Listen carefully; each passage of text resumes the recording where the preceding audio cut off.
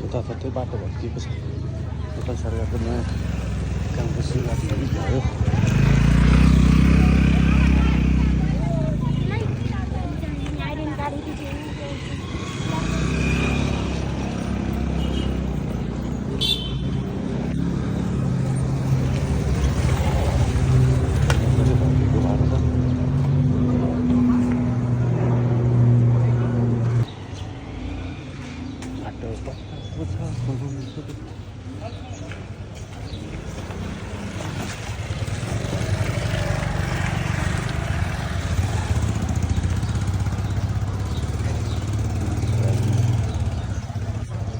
दार्जिलिङदेखि बाटो भत्काएको छ यो बनाउने होइन अगाडि दुईपट्टि टोकेर आएर बाटो बन्द छ भने